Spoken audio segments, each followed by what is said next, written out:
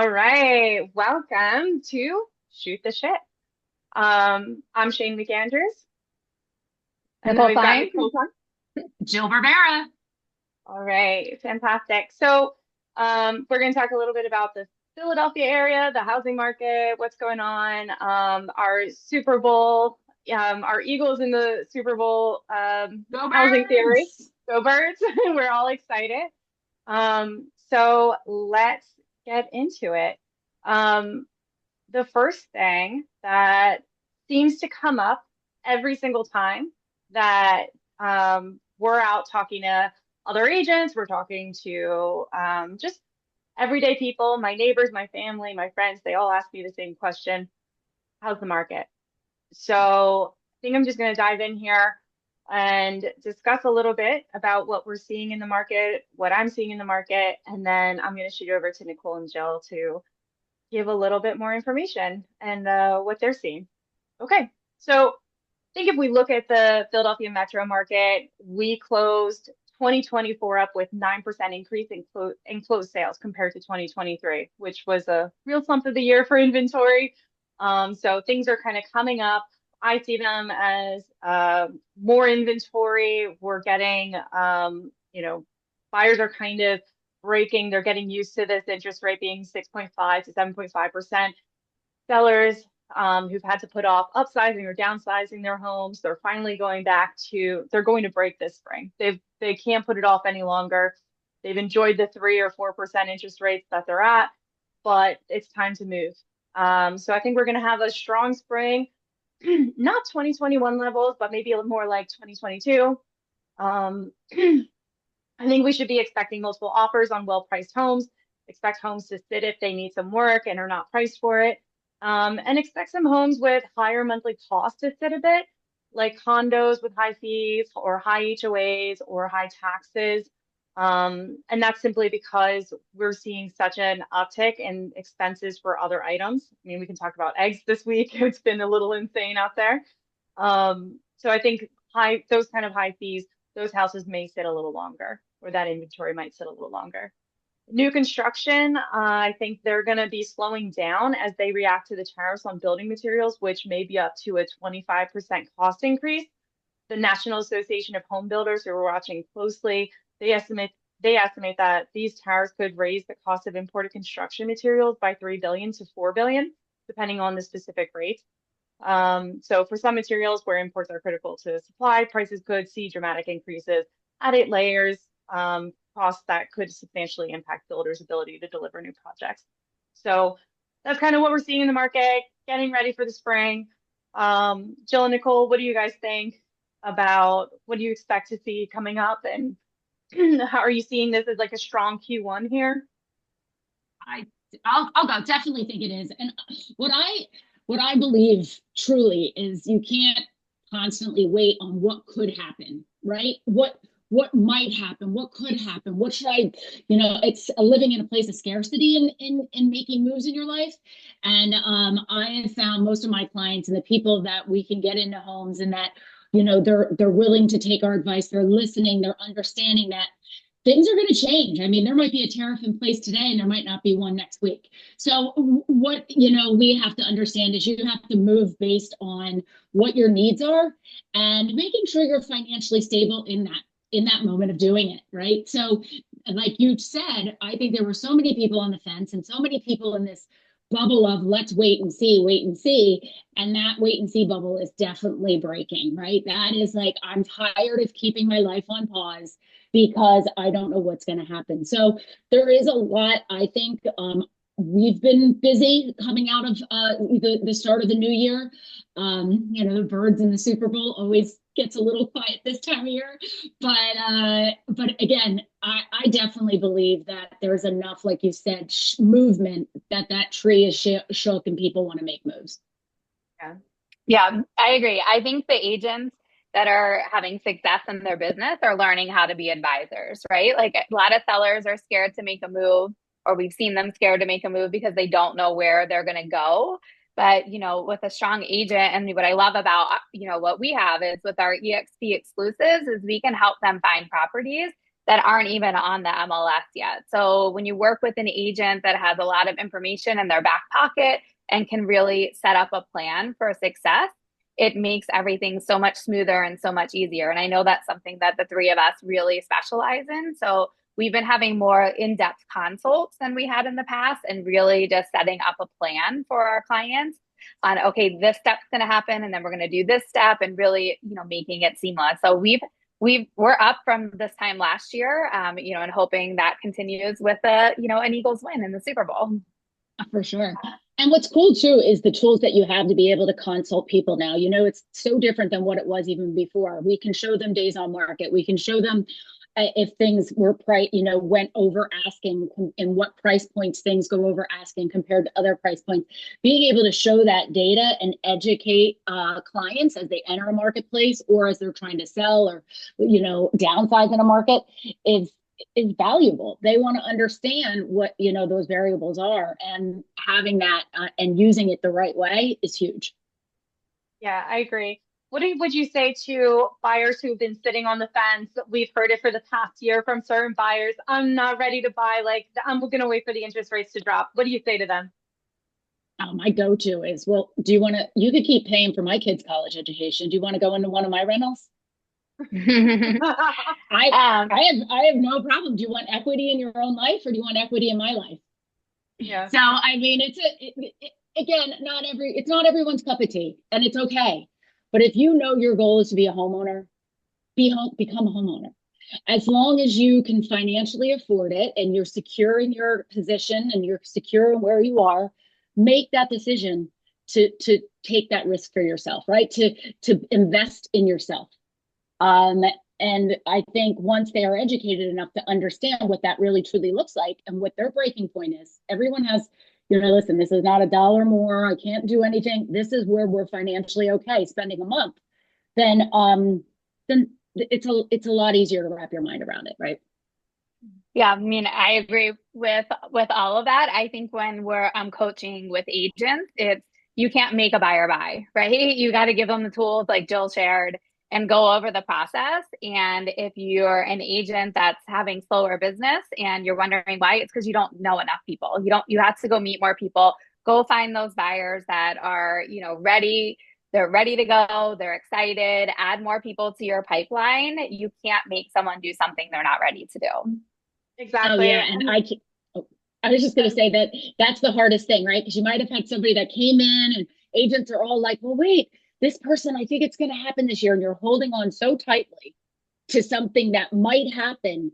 But you've got, like Nicole said, you've got to go out and build more that is going to happen, because those mites still might just be mites. Exactly. I've had mites for many years.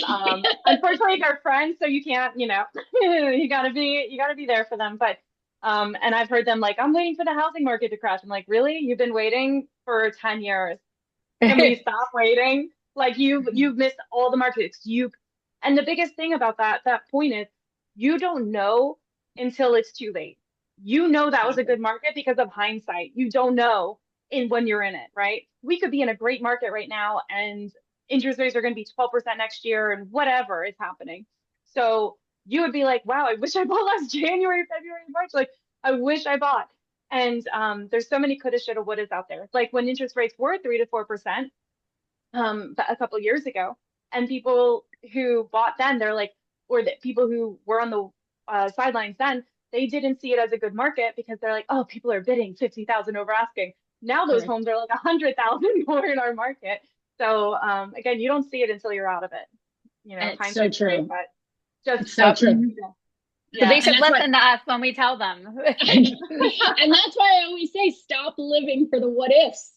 Right? Yeah. Well, what could, you have to live for what you want now. What do you want to accomplish in your life? You don't go to college and say, you know what? I'm just going to hang out for another 5-6 years, because I just don't know what I want when I'm 28. I wish I would have done that. Right? Do you have an extra 300,000 or 400,000? I mean, it's you got to almost live at the same kind of move forward for the life you want to build yourself, right? And then you have to make adjustments as the market makes adjustments. Yeah, I think like the interest rate, again, like going back to that point, like the interest rate, objection is there something else going on in that person's life? Like you cannot either they don't understand the market, so we need to educate better. They don't understand like what that relates to. 30 years of home ownership, right? Let's break it down. If you owned a home for 30 years, you don't have a mortgage. And that's if you just paid the mortgage. Hopefully you're making an extra payment, cutting off 7 years or whatever it is every by making one extra payment a year.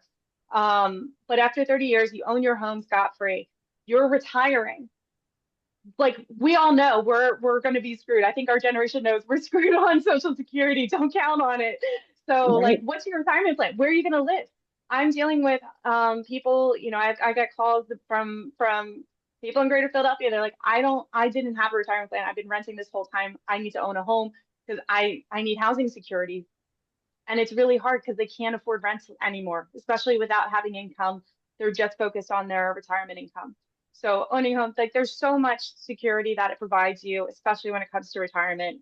So don't let Yeah. M6.5 hold you back. 100%. And make sure you're having conversations with us, trusted advisor, trusted realtors too, that can put you in touch with what options you have. A lot of times it's, I don't have enough money. I don't have enough money. I have to put 20%. People are just really not educated in understanding the options they have, even to finance. So, the grants that are available, the programs that are out there, how do you qualify? So make sure, again, having having in-depth conversations is a key. Yes, with experienced agents, not just, don't just rely on Aunt Susie who does one sale per year for the past 10 years or whatever. So true. Because you're gonna end up calling us after a year because you're frustrated with the answer. You're frustrated. You're like, why am I not winning any houses? Exactly. Again, like multiple offers, bidding over asking. What do you guys predict for the spring? I mean, I think it's gonna be much of the same. We've been seeing it for the past. Yeah, we've been seeing it already. I mean, it just depends on the neighborhood. We had one listing that had higher taxes. So you mentioned before about like total cost all in, and that took, about 2 weeks before it went under contract. And then we just listed one over the weekend that we had multiple offers, and the sellers got 30,000 over asking, and a quick close is what they wanted. So, I think the key really comes down to knowing the market, a specific neighborhood. I feel like, in our Philadelphia area, one pocket could be doing one thing. And like Jill mentioned, know your stats, and the other pocket could be doing something totally different. So going in with hyper local stats to be able to price it, and then educating our buyers on that. We just had an agent referral from Houston, and I had a consult with them yesterday, and they're like, oh, we noticed like some of these houses are sitting and some are going on the market. So, educating them too on, okay, this market is, still a seller's market. This market's more of a balanced market. This, and then they know how fast they need to react in certain neighborhoods too. So I think we're kind of like, it's inconsistent where we are right now, but I feel like most part, we're still seeing the demand in most neighborhoods. Yeah, and there's money out there. I just had one go $100,000 over asking. So, I mean, in cash, clearing terms.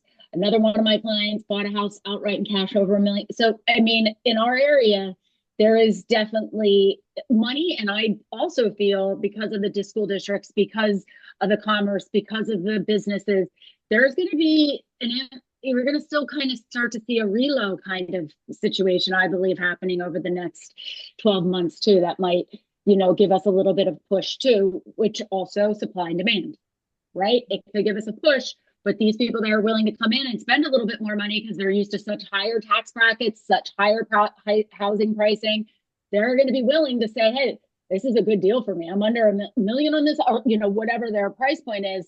And they're not going to be as afraid maybe as other buyers that, aren't willing to jump so much. Mm-hmm.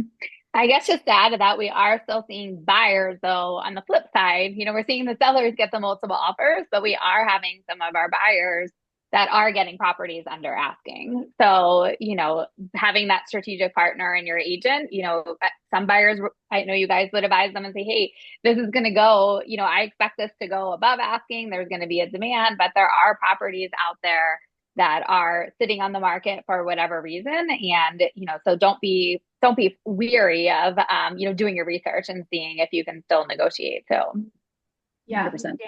And that goes back to your point, Nicole. I mean, we have so many micro markets within the greater Philadelphia area. So if you're looking for a deal, there are areas you can get a deal. You can absolutely get a deal. We're still one of the best areas for investors. So that means there's deals out there. Nationwide, Philadelphia, I think, is always on that top 10 list for investors to come in and do fix and flips, buy and holds, whatever it is. Um, so that is a really good point. But yeah, multiple offers definitely happening in a lot of our micro markets this spring. Because we are already seeing it. Jill, you said you had one over 100,000. I just had one over 55,000. I've had some, I go in quick and hard and give a really good offer, get it off the market. That tactic has been working. Um, but yeah, I think we're definitely gonna have a strong spring, but more inventory than last year for sure. Do you guys agree with that? Yeah. I hope. I mean, well, we were just voted the Philadelphia region to be one of the hottest housing markets in the country this year. So Yeah. get ready. Yeah, I know. I'm like, let's postpone all vacations till the end of the year, please. No days off. Don't do that. You got to go on No, vacation to be able to get more business. right? One of Isn't the that agents on my team booked a trip. She just got a $4 million buyer. She has a couple listings coming up. She's like, I haven't been this busy all year. Yep. Yeah, Yep. I that's the love it. power of the vacation. Nicole, you want to share for anyone listening that doesn't know the vacation theory in real estate? As soon as you plan a vacation, all the business comes. So I try to go on vacation as much as possible. I love that. I try to just keep my vacations. I got my Outer Banks week in August, which is where I go to see all the other people from Philly. And Right. Great. Yeah. Jill and I go to Naples to see the Philly people. yeah, see all the Philly people there. We all go to where Philly people go. So, Right. Always run into someone from Philly. Go Birds. go birds. Speaking of birds, I have this theory for the housing market about the Eagles, and it's pretty much that the greater Philadelphia region, we dip during the Eagles playoff runs. And so this presents opportunities for buyers, right? So if you're a buyer, go right now, go buy right now. Like let's go see a house before kickoff. And but there's a huge dip in the market, and whether the Eagles win or lose, it comes back up like a week later after we're out. But on a Super Bowl year, it can take like 2 weeks, whether we win or lose, because we've got Philly pride here. So we're celebrating Yeah. well, partying either way, I guess is the right way to say that. Yeah. Yeah. But have you kind of felt that in the past few years? Like every time we're in the playoffs, like there's definitely like a dive and then an uptick a few like weeks later in the housing And it's market. funny. Yeah.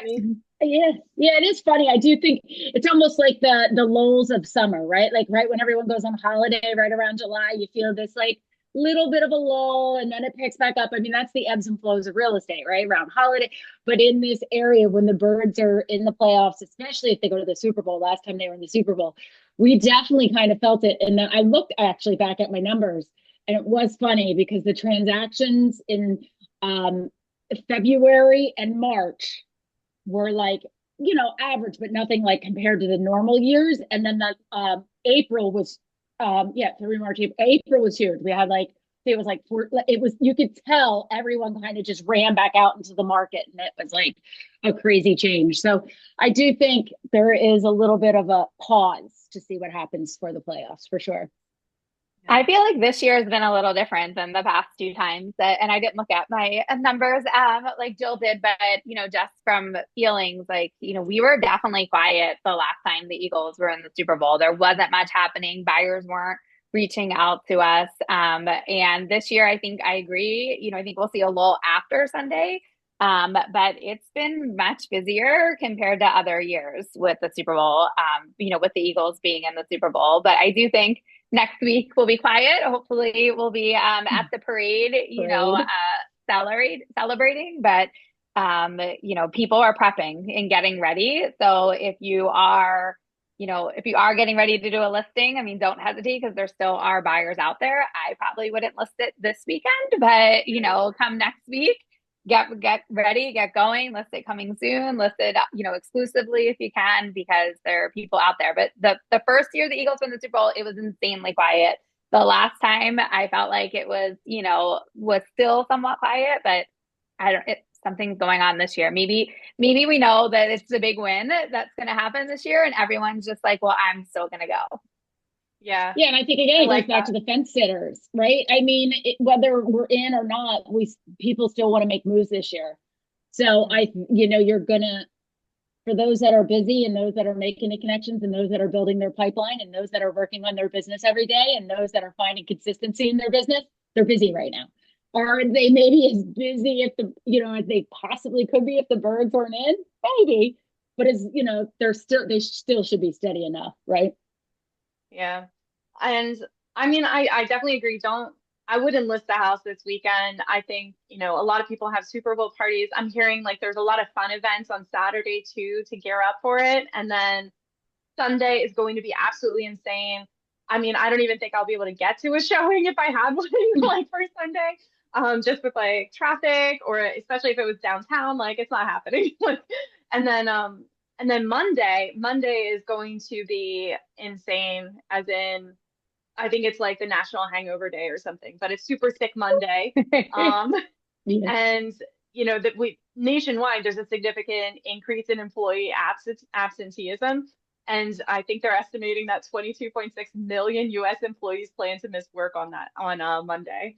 Wow, That's crazy. Which is more than 16 We'll call million us. from We'll the be year working. before. Yeah. We'll be working. Did you hear the president is going to the Super Bowl for the first time ever? Wow. If I was the president, I would go to the Super Bowl. It's going to be flying in on interesting my though. Down in New Orleans with that kind of the security detail. That's going to be wild down there. It will be, absolutely. And I'm kind of I think a lot of Philly people are already down there right now in New Orleans. They're getting ready. So on behalf of all of Philadelphia, I apologize for any pole climbing we do down in New Orleans. Yeah, right. I mean, I think New Orleans, Philadelphia might meet their match with New Orleans. Yeah, I that's think true so. too. Yeah, They're, that's a very they're true. the wild and the wilder. I do It will think be that determined who's more wild. there's definitely some parade down there too. I think like one of their festival parades is right around the same week of the Super Bowl. Oh wow. I can't remember. I don't like. It's not the Dawn of the Dead. It's one of their parades. It's Not Mardi Gras. It'll be no Mardi Gras in a few months, but it is one of their festivities. But they said it's just going to be absolutely insane down there. Involving hurricanes, the drink, not the weather. Yeah. Yeah. For sure. I'm jealous. I think we should go. Yeah. Let's just get off of this right now and get in the car. Yeah, right. We can't. We would miss your party on Sunday, Nicole. Nicole, you're doing a Super Bowl party at the office, right? Yep, on Saturday. Yep, a pop-up on shop with all Eagles vendors and gear. Some Girl Scouts coming, so it'll be fun just to come celebrate. The Grog's donating some flatbread, so it'll be a good time to come cheer, celebrate, and get your gear. I obviously need some. We all do. No one's in their Eagles gear. I know. Ooh, yeah. I'm like told I can only wear what I've worn the last 3 games. I cannot change or alter. I have to wear exactly the same clothes and sit in the same seat. Yep. Eat the same breakfast. That brings us in to the next little segment I have planned for you ladies. And this is what I call very sophisticated game here. It's called Fact or Crap. Oh, I love. Wait, is it fact or crap? You said crap, right? Fact or crap. Okay. So, bear with me. I'm going to read something. You tell me fact or crap. Okay. Are we screaming it out loud or are we raising our hand? Yeah, you can say it when I'm done. Okay. Yeah, just say whatever comes to mind. Fans believe Is there a buzzer? Yeah, there's a buzzer. Fans believe that wearing the same unwashed jersey during the playoffs brings good luck to the Eagles. Fact. Total fact. Definitely. Totally fact. Yeah. Totally. Next one. Placing a miniature Liberty Bell on the TV ensures the Eagles will score more touchdowns. Crap.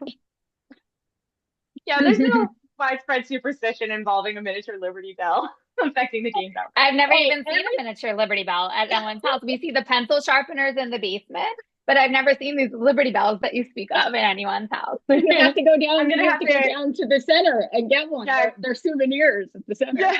Yeah, we gotta go be tourist center in city. Okay. Some fans think that eating a cheesesteak from the same restaurant before each game influences the Eagles' performance. Oh, I'm sure that's fact. Yeah.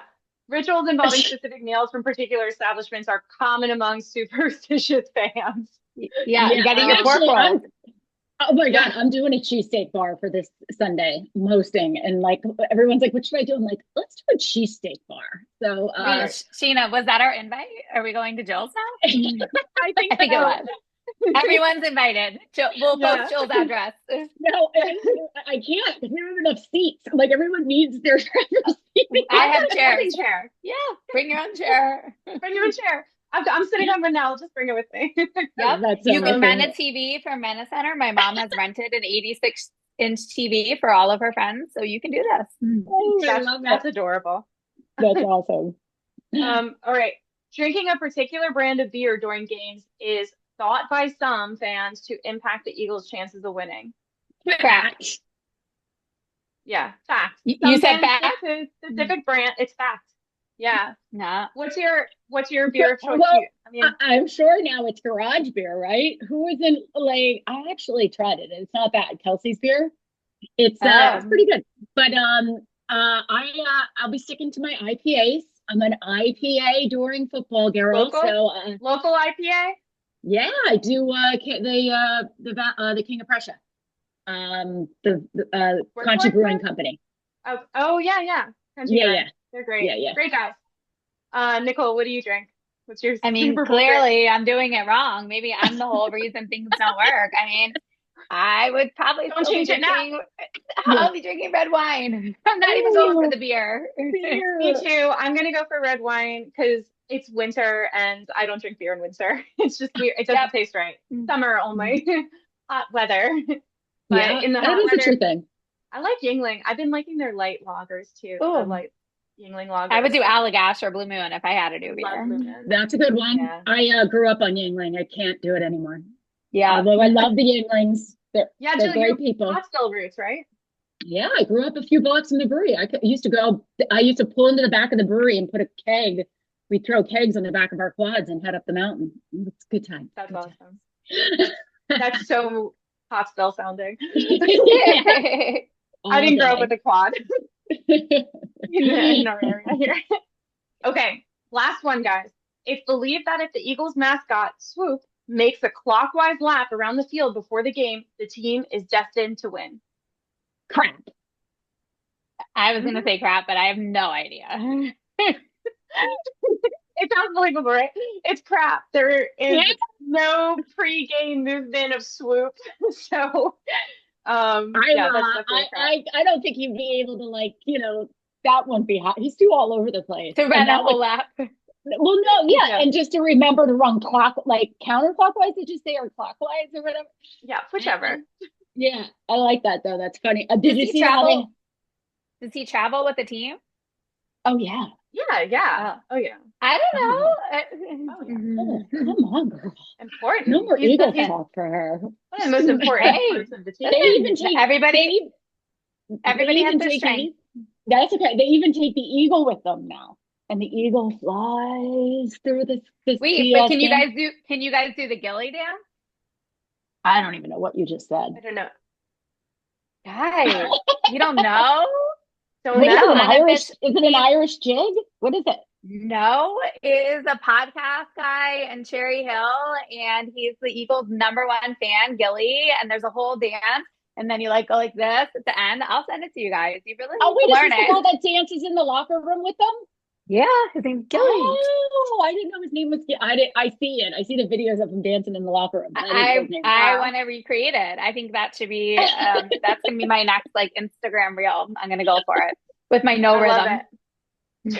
We'll make it on Saturday. For that. Okay. Well, guys, let's wrap this up. I think we have some things looking forward to this month. So February 20th, Jill, do you want to tell us a little bit about this program that you've been hosting for a couple of years now? And now you have Nicole co-host with you. Yeah, it's awesome. So we try to do it twice a year in the winter months and then in the fall months. And it is a mega mastermind. And it's a complete collaboration over competition. No one's there to recruit. No one's there to talk about each other's brokerage. We're there to truly just share, give, and feed into each other. I mean, it is such a cool environment. We host it at Seasons 52. It's going to be from 1 to 4 o'clock, followed by a happy hour until 5:30. We're going to have some light fare during the event. We're going to have a panelist talking about investment properties, and another panelist, I'm drawing a blank and that's horrible, discussing something else, but I'll be moderating that. And usually, the venue is fantastic. We hold about 50 to 60 people. And like I said, it is truly a great, great, great event. We have lots of top agents from around the area come out for it. So if you just want to be, fed into and learn and collaborate, this is the venue to really do it. Motivate it. I think sometimes we all need that little bit of pick me up in our business to keep going. And absolutely. Join in, tune in. It gives you that extra steam you need to keep going. I was a panelist. I got to be a panelist last year, and that was so fun for me. No, you threw me in the fiery, hot panel there, and that was a lot of fun. But yeah, no, it's a great event. We want everyone to you don't need to know anyone to show up and just meet the people at your table, meet everyone, and it's a good time. Yeah. So tickets are an Eventbrite for collaboration over competition event, and we're down to like our last bit. So get your tickets soon because it's going to sell out. So, and the other panel is prospecting. So that's the other panel. If you want to really look on growing your business, I had a peek on that. I didn't know it by heart. But also I'd love to invite everyone every Monday, the three of us, along with a couple other 100 people, are on our Monday mastermind. It's 1 p.m. Eastern. And the mastermind, there's 3 topics. It sounds kind of chaotic because there's all these people on it, but it's very organized. There's 3 topics each Monday, as you guys know. And it's all based on production. So how to increase your production, how to be smarter in your business. Top agents in the country are pouring into it. So maybe you're sitting there, wondering a certain question like, should I start door knocking? And what would my plan be around door knocking? Well, the people that have killed it in door knocking are going to share all of that with you. So if you want to be a fly on the wall, reach out to any of us.